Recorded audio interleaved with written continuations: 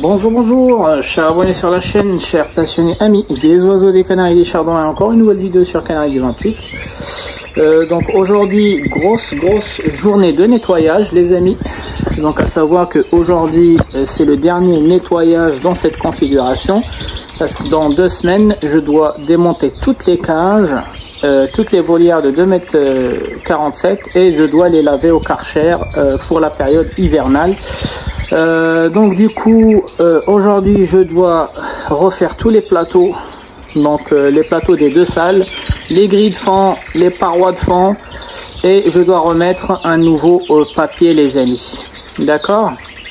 Donc voilà, donc dans un premier temps je vous présente l'état d'avancement. Donc ici chez les canaris, ils sont sur la fin de leur mue. Je continue toujours à aspirer un peu de plume par-ci par-là. Dans l'autre salle, les chardonnerets, ils ont presque fini leur mue. Donc j'aspire un peu moins de plumes. Voilà, donc c'est comme ça qu'on sait reconnaître l'état d'avancement de la période de mue chez les oiseaux. C'est en fonction des plumes qu'ils laissent tomber tous les jours. Donc là ici, j'aspire beaucoup moins de plumes que dans cette salle-là. Ça veut dire que les chardonnerets, ils sont trop avancés en mue par rapport aux canaris les amis. C'est tout à fait normal. Pourquoi? Parce que là-dedans, il y a 2 à 3 degrés plus que ici. Donc ici, je me trouve dans le garage. Ici, c'est une salle bien isolée. Donc du coup, toute la chaleur part là-dedans. Donc voilà, donc comme je vous ai expliqué, la température, c'est pas ce facteur-là qui déclenche la mue. Par contre, il peut soit freiner la mue, soit l'accélérer. Donc les chardonnerets, ils ont de la chance parce que la température a joué en leur faveur pour pouvoir faire la mue rapidement. Donc j'ai les adultes, ils ont déjà fini leur mue. Donc tous les adultes sauf une femelle. Voilà, donc celle-ci, c'est de la minée. Vous voyez comment elle est trop belle. Voilà, je vais me mettre contre éclairage. Voilà, donc vous voyez comment les plumes elles sont lisses. Donc ces deux-là, pareil. Donc il me reste que cette FAO là qui est sur la fin de sa mue. Donc elle a arrêté de perdre des plumes. Par contre, elle est en train de les faire pousser. Donc chez les mâles, il reste le aminé qui est sur le premier plan. Le FAO, il est sur la fin. Et l'opale, il est aussi sur la fin les amis. Voilà, donc mes géniteurs, ils ont déjà terminé leur mue les amis. Voilà, donc ici, il doit faire 25 degrés dans la partie supérieure de la salle et presque 23,5 degrés dans la partie inférieure de la salle. D'accord? Donc voilà les amis, donc c'est le dernier nettoyage de cette façon parce qu'après je dois tout laver dans 2 semaines, je dois laver toutes les cages au Karcher dans le jardin et je vous ferai aussi une vidéo. Et je dois aussi remplacer tous les éclairages. Donc comme je vous ai expliqué, moi ces éclairages là c'est des éclairages chinois ou je sais pas quoi, ils sont pas trop chers. Donc tous les ans je procède en fait à leur remplacement. Ça coûte 15 € l'éclairage et j'ai 5 cages. Donc en hiver je vais tourner qu'avec les cages qui sont là. Voilà, par la préparation et toute la période hivernale. Donc j'en ai besoin de 1, 2, 3, 4, 5 éclairages. Et pendant la période de reproduction, je rajoute en fait les canaris ici. Donc ça, en hiver, ça n'existe pas. D'accord? Donc eux, soit je vais les mettre dans la volière à l'extérieur, ou soit je vais trouver une place pour les mettre là-dedans en bas les amis. Condenser les chardonnerets dans les 3 premières volières et mettre les canaris là-dedans. Tout dépend en fait du temps qu'il va faire à l'extérieur. Je souhaite pas qu'il souffre non plus ni avec la chaleur ni avec autre chose, le vent. D'accord? Donc première étape les amis, c'est se débarrasser comme vous voyez ici. Donc moi je change toutes les semaines. Voilà, donc vous voyez qu'il y a toujours des plumes. Donc les canaris sont en pleine mue là. Voilà, ils ont pris un peu de coloration. Voilà, donc quand vous voyez qu'il y a des plumes dans le plateau, ça veut dire ils sont encore en train de perdre leurs plumes. Contrairement aux chardonnerets, ils ont fini de perdre leurs plumes. Les chardonnerets, ils font repousser leur tube maintenant. Voilà, donc première étape, c'est d'enlever tous les cartons de fond. Et pour ça, je prépare une poubelle, voilà un sac poubelle. Comme je vous ai expliqué, je suis allergique, donc je travaille toujours avec des masques. Donc ça, c'est un vieux masque FFP2, donc je vais travailler avec celui-ci aujourd'hui. Et puis je vais vous montrer chaque étape de nettoyage les amis. Les amis, avant de démarrer votre journée, vérifiez que vos sacs, votre aspirateur, vous n'aurez pas à le changer en cours de nettoyage. Donc là il est tout vide, ça c'est vide les amis, donc c'est bon. J'ai de quoi aspirer pendant le nettoyage, parce que c'est chiant d'arrêter le nettoyage de l'activité pour changer un sac qu'on aurait pu faire dès le début. Donc voici comment je vais procéder sur ces cages là. Donc les cages qui reposent, ces cages là qui reposent sur d'autres cages, il n'y a pas de problème parce que la poussière elle va tomber à travers les grilles, donc là ça pose pas de problème. Par contre les cages qui reposent sur le plan, là en fait si vous regardez il y a toujours de la poussière, des plumes qui sont entre deux et il faut que j'évite que cela s'envole. Donc du coup j'enlève doucement le plateau, je le mets sur mon plan de travail, j'y reviendrai après. Et je vais tout d'abord aspirer tout ce que vous voyez ici les amis. Donc tout ça, je dois l'aspirer pour pas que ça s'envole.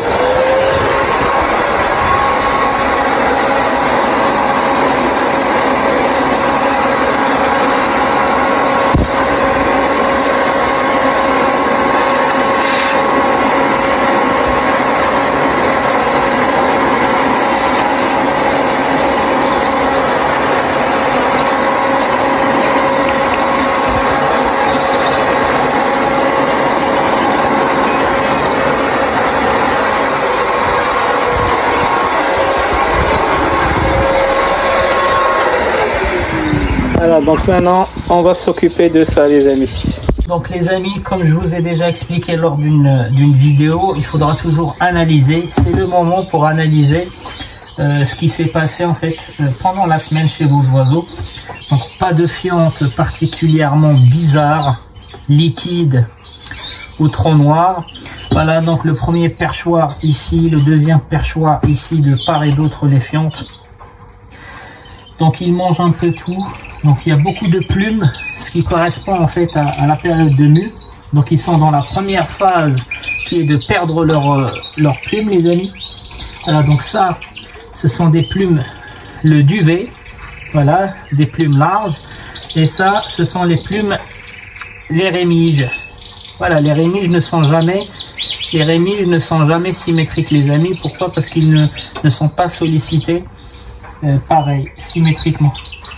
Voilà, donc là je vois rien de spécial, donc ce que je vais faire c'est doucement, sans générer de poussière. Voilà, je viens plier le papier de fond sur lui-même. Alors là il y a énormément de poussière, c'est pour ça que je mets un masque. Donc ça c'est dans ma poubelle. Hop. Je prends l'aspirateur les amis et je viens aspirer tout ce que vous voyez ici.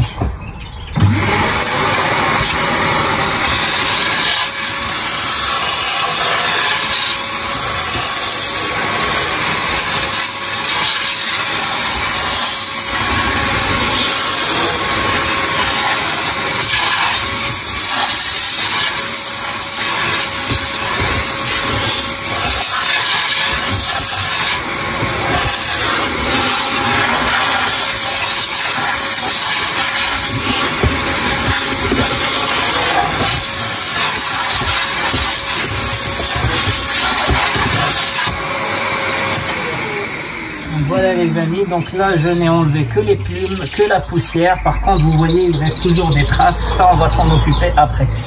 D'accord, donc ça je vais le remettre et je vais faire la même chose sur toutes les cages.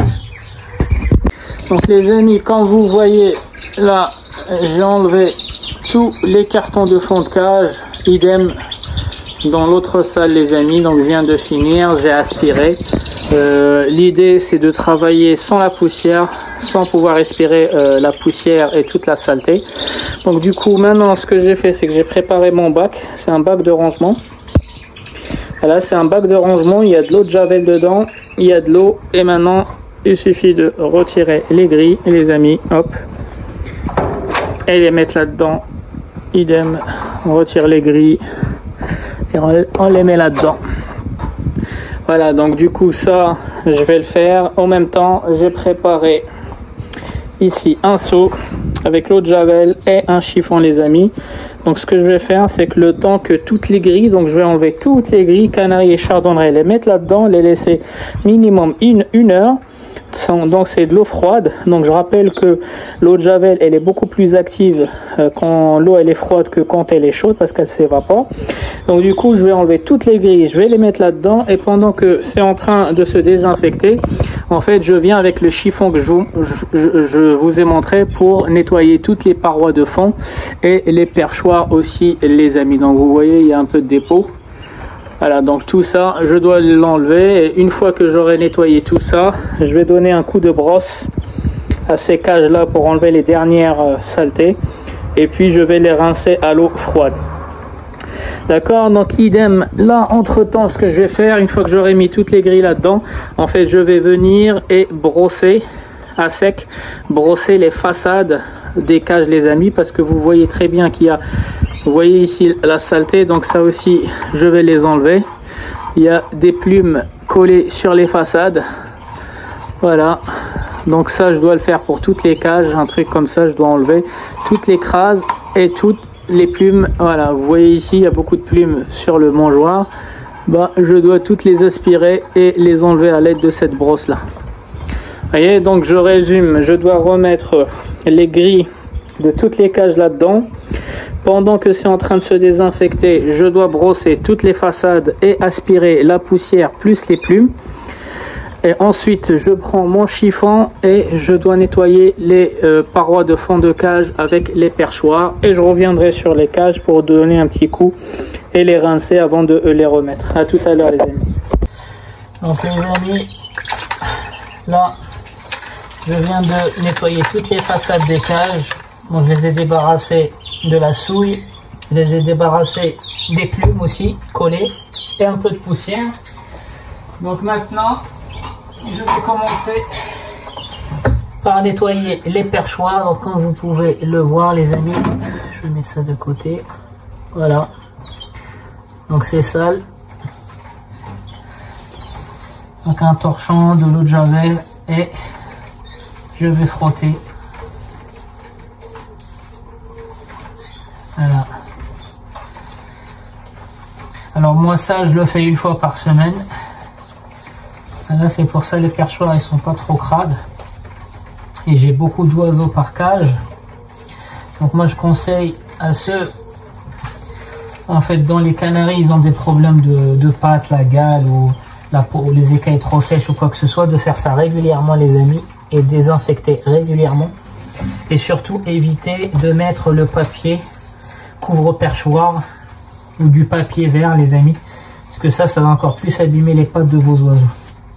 D'abord vous attendez que ça guérisse, vous traitez avec de la vaseline et après vous pouvez remettre le papier vert. Mais ne faites pas les deux tâches en même temps parce que ça va annuler la guérison des pattes.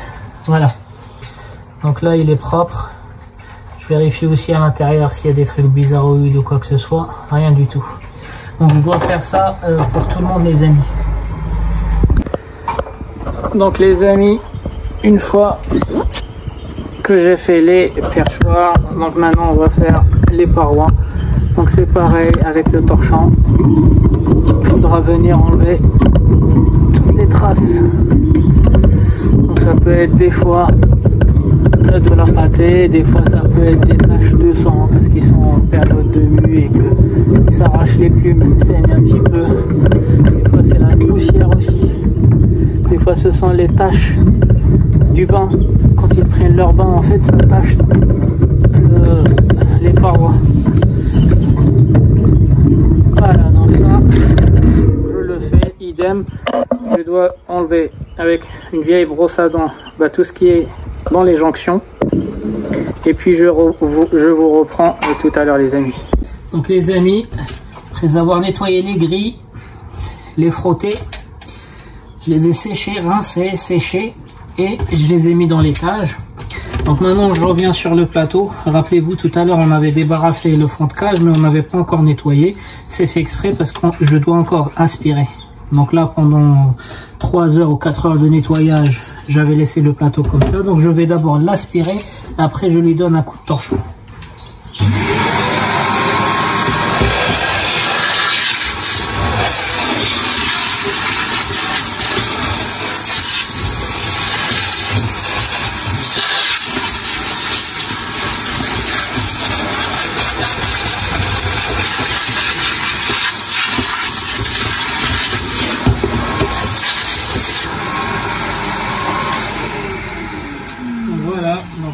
aspiré, aspiré. Et hop, maintenant on lui donne un coup de torchon pour enlever les traces qu'on a vues tout à l'heure. Voilà, donc là, au début du nettoyage, les amis, je n'ai fait que aspirer la poussière pour pas qu'elle s'envole pendant le nettoyage. Sinon, j'allais la respirer et les oiseaux aussi pareil. Et là, c'est là où on va aller enlever en fait les dépôts.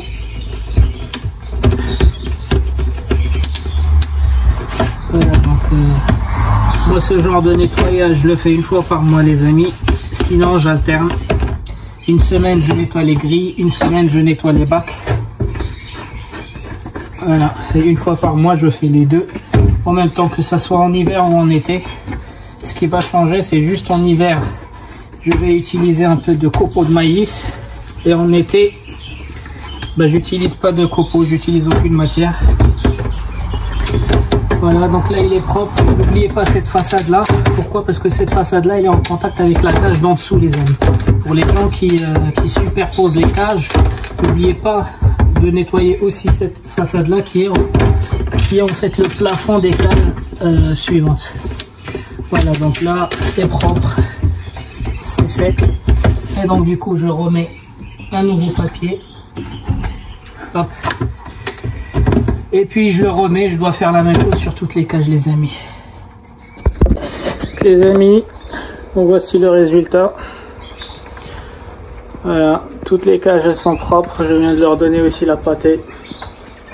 Tout est propre, les moindres recoins ont été nettoyés. Voilà, donc vous voyez les parois, les perchoirs, tout est propre. Voilà, on va aussi aller voir côté chardonneret.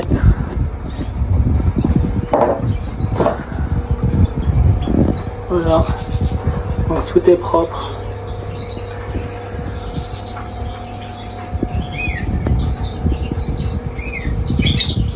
La fleur, elle est encore en plein milieu de sa mue.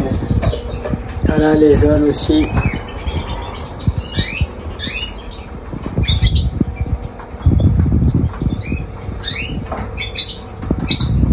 Donc voilà les amis, il y en a certains qui me disent en fait tu passes beaucoup de temps à nettoyer. Bah les amis, je suis obligé. Donc un petit conseil pour ceux qui n'ont pas le temps pour faire ce genre de nettoyage, ce degré de nettoyage. Les amis, je vous conseille de réduire votre élevage. Donc pour ceux qui n'ont pas le temps, pour ceux qui trouvent en fait ma façon de gérer la partie hygiène des oiseaux prend beaucoup de temps et que vous ne pouvez pas faire la même chose. Soit vous prenez des installations qui sont plus confortables, donc moi je trouve que ça c'est confortable quand même, les tiroirs, les grilles, les machins, mais il y a encore des installations beaucoup plus simples que ça les amis, ça va vous faciliter les nettoyages. Mais sinon la meilleure façon les amis, quand vous n'arrivez plus à trouver le temps pour nettoyer, c'est quand même de réduire l'élevage et donc du coup avoir moins d'oiseaux, ça veut dire moins de nettoyage. Les amis, c'était Canaille du 28, je vous souhaite un bon visionnage et je vous dis à la prochaine vidéo.